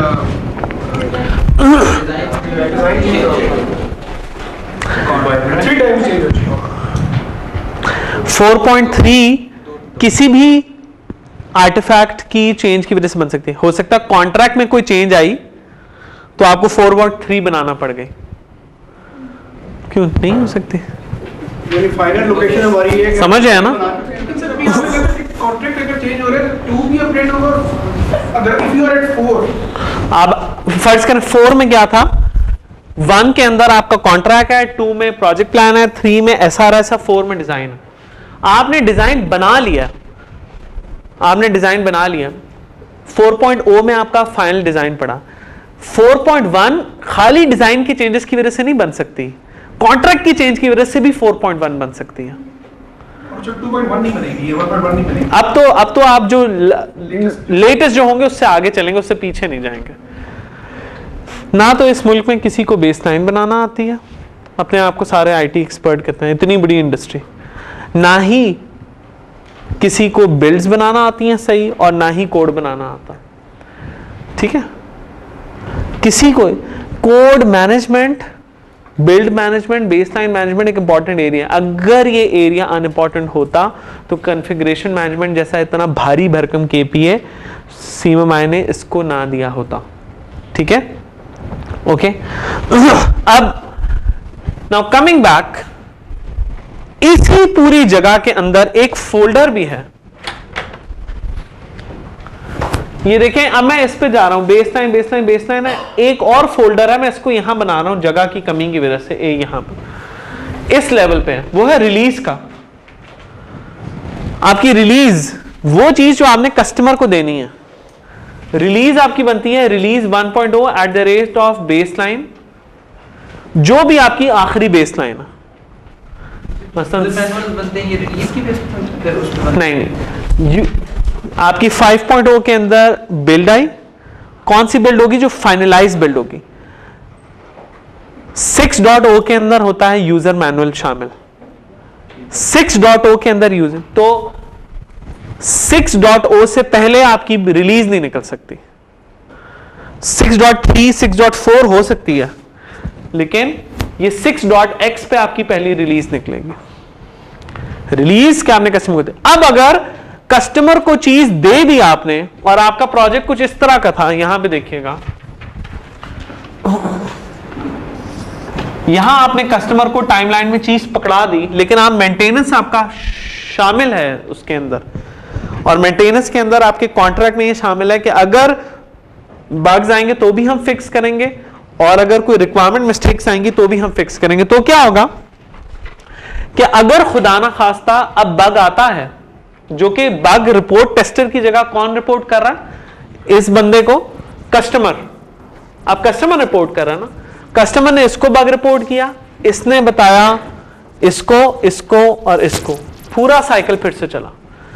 आपकी 6.x 6.1 6.2 6.3 हो सकता है 6.3 इसलिए निकल रही है क्योंकि आपको पता लगा कि यह जो कस्टमर बात कर रहा ना, ये इसलिए नहीं हम कर सकते क्योंकि कस्टमर ने खुद कॉन्ट्रैक्ट में हमें जो रिक्वायरमेंट दी है वो गलत है, तो आपको कॉन्ट्रैक्ट चेंज करना पड़ गया।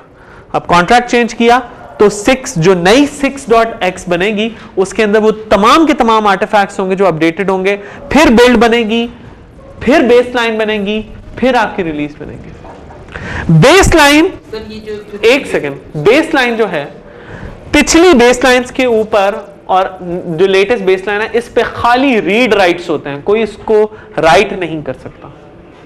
राइट्स कहां होंगे? कोड की लेटेस्ट चीज पे, डिजाइन की लेटेस्ट चीज पे, रिक्वायरमेंट की लेटेस्ट चीज पे, वो एक अलग बात है, दैट्स समथिंग एल्स। नहीं, बेसलाइन 7 नहीं बनेंगे, बेसलाइन 6 के निकलते जाएंगे, 6.0 अनप्लान। नई वाली बेसलाइन जो ये रिलीज की उसके अंदर कंटेन होगी? नहीं, यही बनेगी बेसलाइन, यही बनेगी, फिर यहां बनेगी अगली रिलीज 2.0 या 1.1 at the rate of release के बाद चेंज है। हाँ, तो रिलीज के अगली रिलीज होगी ना, release 1.1 at the rate of baseline. अब यहां पे एक बात याद रखिएगा, रिलीज प्लान होता है, रिलीज का भी प्लान होता। आपने कस्टमर को कहा पहले हम तुम्हें ए और बी दे देंगे, फिर हम तुम्हें सी और डी देंगे। तो पहली रिलीज जो है रिलीज 1.0, उसके अंदर ए और बी जब बना तो आपने जो लेटेस्ट बेसलाइन बनाई उसको वो पकड़ा दिया जा पे। अगली रिलीज के अंदर कौन सी होगी? अगर उस दौरान चेंजेस आती जाएंगी तो रिलीज कौन सी होगी? 1.1 1.2 1.3 वो बेसलाइन पे बन रही है, करेक्ट। उसके बाद नेक्स्ट रिलीज जो आपकी बनी वो है release 2.0 at the rate of baseline, फिर से वही चले। तो it is a complete traceability. अगर आप कोड को अच्छा ट्रेस नहीं कर सकते, अगर आप डेवलपमेंट को अच्छा ट्रेस नहीं कर सकते, यू कैन नेवर अज्यूम कि you can become a good software engineer, never. आप हवाई खेल खेलते रहेंगे। खास तौर पे इस चीज को मजीद समझने के लिए ये जो मैंने पूरी कहानी बताई है, दो चीजें वो लोग जो टेस्टिंग, क्वालिटी कंट्रोल और ख़ास तौर पे कॉन्फ़िगरेशन मैनेजमेंट से ताल्लुक़ रखते हैं, उनको बल्कि 3 चीज़ें बड़ी पढ़ने की ज़रूरत है। एक तो कॉन्फ़िगरेशन मैनेजमेंट नंबर 1, नंबर 2 उनको पढ़ने की ज़रूरत है, वेरी इंपॉर्टेंट कि वो टेस्टिंग पढ़ें, और टेस्टिंग बहुत बेहतर है कि आप ISTQB की स्टैंडर्ड्स के मुताबिक आपको आती हो, जिसकी मैंने अभी मेल भी की है। और तीसरी इंपॉर्टेंट है कि आपको सॉफ्टवेयर इंजीनियरिंग के बेसिक्स पता होने चाहिए।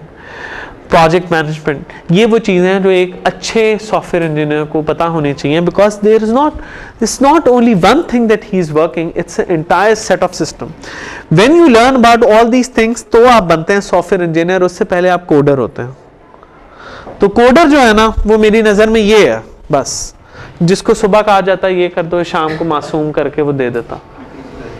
ठीक है, ये इंजीनियर है, ये इंजीनियर है, ये भी इंजीनियर है, ये भी इंजीनियर, ये इंजीनियरिंग कर रहे हैं. So that's something a little beyond that. Okay, अच्छा जी. जी, Every alpha build results into a new baseline. Every Alpha internal जो build होती है, it may result into a new baseline. No not at all. It's a new build from code. New, It's a new build from the code for testing team. ठीक है, build 1.0 में आई. आपने build 1.0, आप development के head है, मैं tester हूं. आपने कहा पहले सर मैं आपको ए पकड़ाऊंगा, पहली बिल्ड में आपने ए पकड़ाई.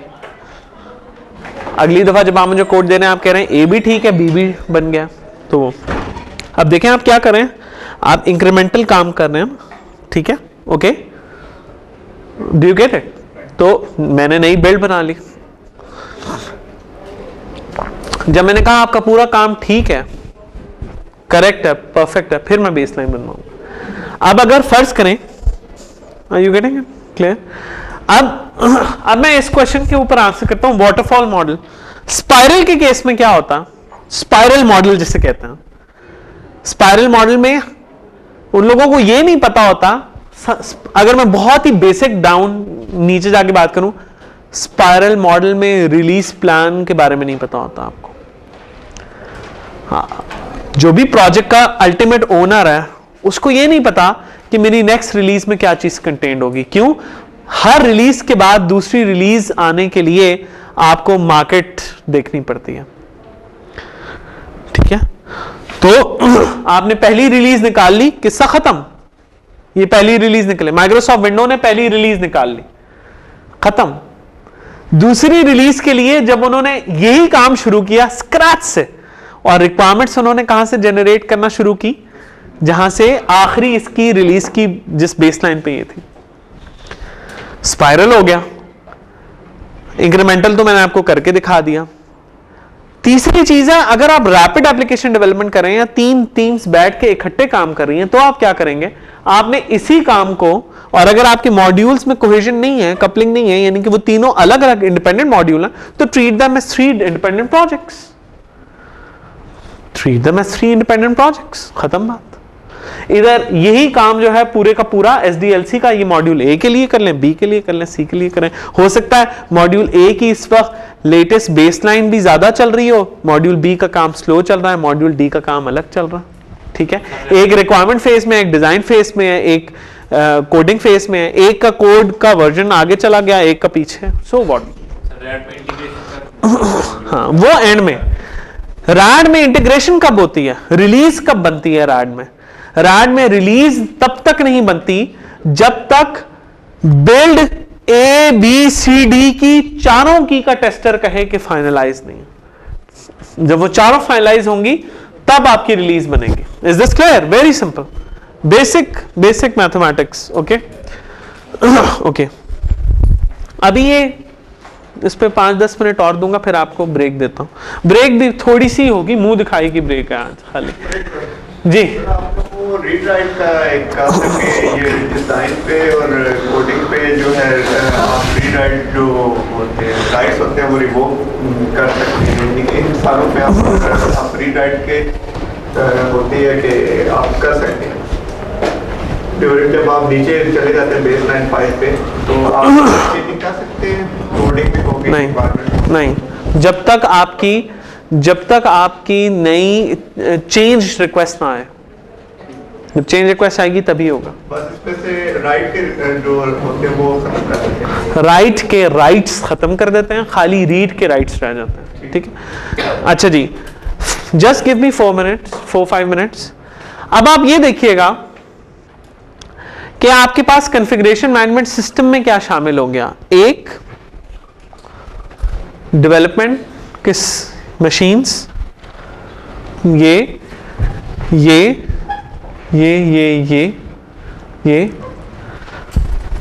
इस पूरी चीज का प्रोसेस। मजीद क्या, अब कॉन्फ़िगरेशन मैनेजर मजीद क्या किया करेगा, इसको देखिएगा। कॉन्फ़िगरेशन मैनेजर इस डेटा को उठाएगा और टाइम इंस्टेंट वाइज इस डेटा को उठा के इसको डाला करेगा बैकअप सर्वर में।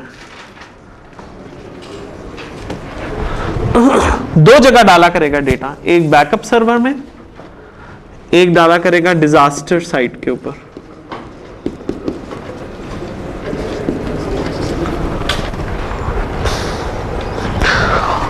और इस डेटा को उठा के रिकवर करके भी देखेगा कि क्या ये डेटा रिकवर्ड है, रिकवर होता भी है या नहीं। ये तो नहीं है खाली बैकअप लिए जा रहा है और डेटा रिकवरी ना हो, बैकअप से रिकवरी होना जरूरी है। जब प्रोजेक्ट पूरा कंप्लीट हो जाएगा तो प्रोजेक्ट की कॉपी इधर से उठाई जाएगी और एक और सर्वर में डाल दी जाएगी जिसे आप कहते हैं आर्काइव सर्वर। अब आप देखें आपके कॉन्फ़िगरेशन मैनेजमेंट सिस्टम्स कितने बन गए हैं। 1 2 3 4 5 6 काफी चीजें। ये आपका कॉन्फ़िगरेशन मैनेजमेंट सिस्टम पूरी ऑर्गेनाइजेशन का बन रहा है। अब सपोज यहां पे देखिएगा, अगर आप इसमें बग ट्रैकर डालते हैं तो क्या होता है, अगर बग ट्रैकर नहीं डालते तो क्या होता है कि आपको वो इंफॉर्मेशन इसके ऊपर बोझ आ जाएगा। फिर आपने बग्स को इधर डाल दिया, ठीक है। उसके डिफरेंट वर्जन्स देखिए ना, बग्स जो हैं अगर आप बग ट्रैकर के थ्रू कर रहे हैं तो किस्सा आसान हो गया। अगर बग ट्रैकर हटा दें आप और आप उठा के बग ट्रैकर के बग के फॉर्म्स VSS पे डालना शुरू कर दें तो VSS पे बोझ बढ़ गया, life becomes difficult. Bug tracker के अलावा कुछ मिनिमम बेयर एसेंशियल्स हैं जो कि मैं अबल तो अगर कोई ऑर्गेनाइजेशन बग ट्रैकर नहीं रख रही लेकिन ट्रैकिंग ठीक कर रही है तो एज एन ऑडिटर मैं उसको जाके कहता हूं बड़ी अच्छी बात है, लेकिन मैं उसे रिकमेंड करता हूं कि आप बग ट्रैकर इस्तेमाल करें। इसी तरीके से जैसे बग ट्रैकर है, हर ऑर्गेनाइजेशन को मैं कहता हूं कि भाई तुम टास्क ट्रैकर भी इस्तेमाल करना शुरू करो। क्यों? क्योंकि ऑर्गेनाइजेशन में जितने लोग हैं वो एक दूसरे को टास्क दे रहे हैं, तो बेहतर होता है कि आप टास्क ट्रैकर थ्रू ऐसे सॉफ्टवेयर मिलते हैं जैसे टास्क ट्रैकर का सॉफ्टवेयर है, यूआर ट्रैकर का सॉफ्टवेयर है। ये क्या है, ये डिफरेंट टास्क मैनेजमेंट के लिए। जिस तरह मैं अपने मोबाइल में हर चीज लिख देता हूं तो मैं क्या कर रहा हूं, मैं अपने टास्क ट्रैकिंग कर रहा हूं। बहुत दफा ऐसा होता है हमारे बॉस ने हमें कोई काम दिया वो भी भूल गया या हम भूल गए। क्यों? क्योंकि हमारे टास्क की ट्रैकिंग नहीं है।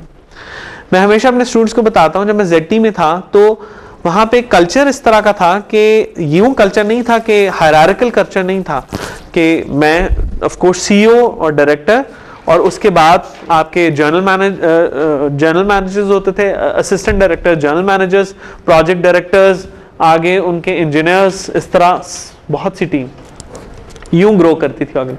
लेकिन ऐसा कल्चर नहीं था कि मैंने अगर इंजीनियर से बात करनी है तो मुझे जनरल मैनेजर को काम देना, ये कल्चर नहीं था। हर कोई, इवन जनरल मैनेजर मुझे कोई काम दे सकता, everybody, it's like mesh system था। ऐसे ऑर्गेनाइजेशन के अंदर बहुत मुश्किल हो जाता है एक CEO के लिए सबऑर्डिनेट के वो ये ध्यान रखे कि मैं तो मेरे पास एक सॉफ्टवेयर था यूआर ट्रैकर। मैं हमेशा लोगों को बताता हूँ, मैं सुबह जाके एक बटन दबाता था, 1200 के 1200 बंदों की वो लिस्ट बना देता था और मुझे ये बता देता था किस बंदे ने कितने काम कर लिए, कितने छोड़ दिए, कितने ऐसे काम है जो उसने इसलिए नहीं किए क्योंकि उस पर डिपेंडेंट है, उसकी गलती की वजह से नहीं हुई, कितने काम ऐसे हैं जो दूसरे की गलती। तो मैं मैनेजमेंट मेरे लिए बड़ी आसान हो जाती थी। मैं सिर्फ 4 5 6 कल्प्रेट्स को पकड़ता था, उनके डेस्क पे जाके कभी कभी ओकेजनली या उनके बॉसेस को ईमेल कर देता था कि यार ये देखो इसका काम सही नहीं है, इसको सही करो। तो टास्क ट्रैकर के होने से क्या होता है, बहुत एफिशिएंसी आ जाती है आपके अंदर। दूसरा, जिस तरह आप प्रोजेक्ट प्लान करते हैं तो प्रोजेक्ट प्लान के लिए प्रोजेक्ट सर्वर आप यूज कर सकते हैं, प्रोजेक्ट सर्वर, या जिस तरह कुछ ऑर्गेनाइजेशन शेयर पॉइंट पोर्टल इस्तेमाल करती हैं। ठीक है, ये भी आपके इसके अंदर हिस्सेदार है। अच्छा, मजीद यहां पे देखिएगा और इसके अंदर क्या चीज है, आपका जो ईमेल सिस्टम है सारे का सारा, अगर आप आउटलुक इस्तेमाल कर रहे हैं तो ये सारे का सारा आपका कॉन्फ़िगरेशन मैनेजमेंट सिस्टम का हिस्सा, आपकी ऑर्गेनाइजेशन के तमाम डेटा का हिसाब किताब आपसे लिया जाएगा। एक तो डेटा ऐसा है जो कि प्रोजेक्ट सेंसिटिव डेटा, तो प्रोजेक्ट सेंसिटिव डेटा जो है वो तो इस तरीके से मूव कर रहा है जैसे मैंने आपको समझाया। तो ईमेल का डेटा किस तरह है, ये जिम्मेदारी है ईमेल के डेटा की कि आपका जो आईटी वाला है उसकी जिम्मेदारी बनती है, ये कॉन्फ़िगरेशन मैनेजमेंट की जिम्मेदारी नहीं है, आईटी वाले की जिम्मेदारी है कि वो उसका रिकवरी ले, बैकअप करे, डिजास्टर साइट पे डाले, आर्काइविंग करें, सब चीजों की।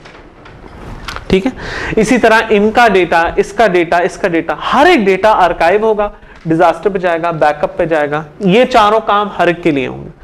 तमाम ऑर्गेनाइजेशन के डेटा कौन करेगा, प्रोजेक्ट स्पेसिफिक काम तो कॉन्फ़िगरेशन मैनेजर करेगा, नॉन प्रोजेक्ट स्पेसिफिक काम जो है वो आईटी वाले करेंगे। अच्छा, अब कुछ एक दो और बातें फाइनल। इसका मतलब है कॉन्फ़िगरेशन मैनेजर को बहुत जरूरत है आईटी एक्सपर्ट की भी, साथ में बहुत जरूरत पड़ती है, सिक्योरिटी की जरूरत पड़ती है, डेटा सिक्योरिटी, डेटा को मूव कराने की जरूरत पड़ती है, स्टोरेज की बहुत ज्यादा जरूरत पड़ती है।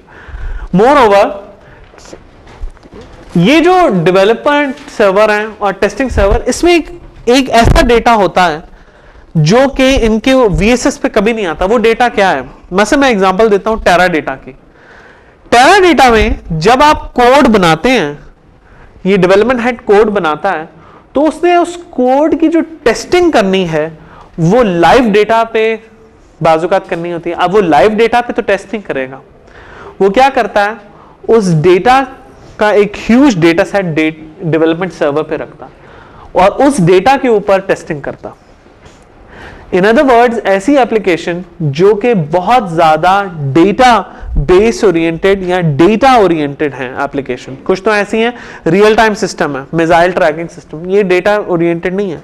लेकिन अगर कोई एप्लीकेशन ऐसी है जिस तरह पीटीसीएल का बिलिंग सिस्टम जो है, अब पीटीसीएल का बिलिंग सिस्टम पूरे का पूरा बिलिंग का वो करता, तो वो क्या करते थे डेवलपर्स, पीटीसीएल का एक तो अपना सर्वर है, उस सर्वर का सारा डेटा इधर लाते थे और उस डेटा के ऊपर, मंथली डेटा के ऊपर चेक करते थे कि ये ठीक है, हमारा बिलिंग ठीक हो रही है या नहीं हो रही।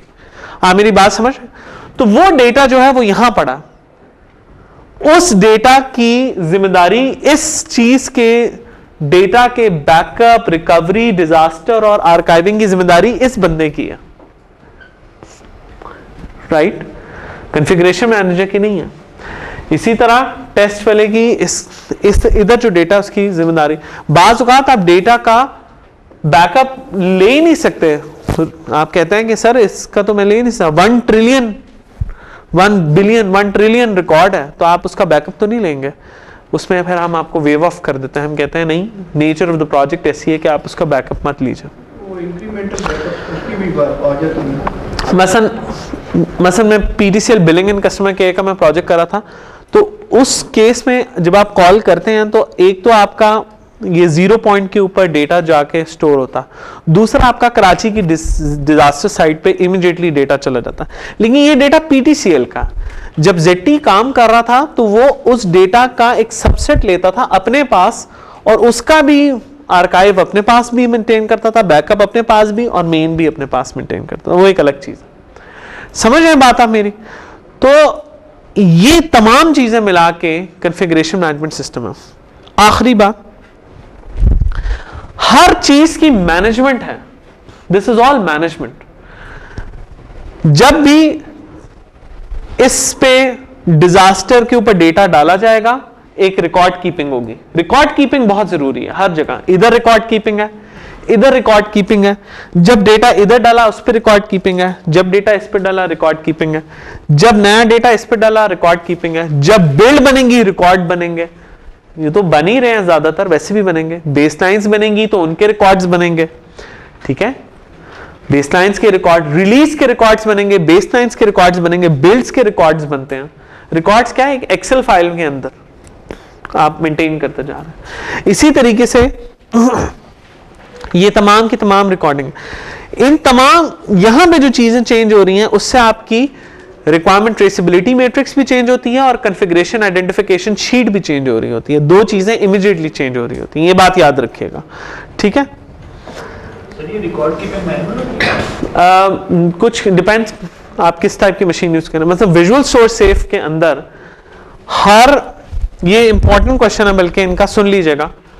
मतलब फॉर एग्जांपल रिक्वायरमेंट के अंदर एक SRS है, project XYZ SRS version 1.0.doc।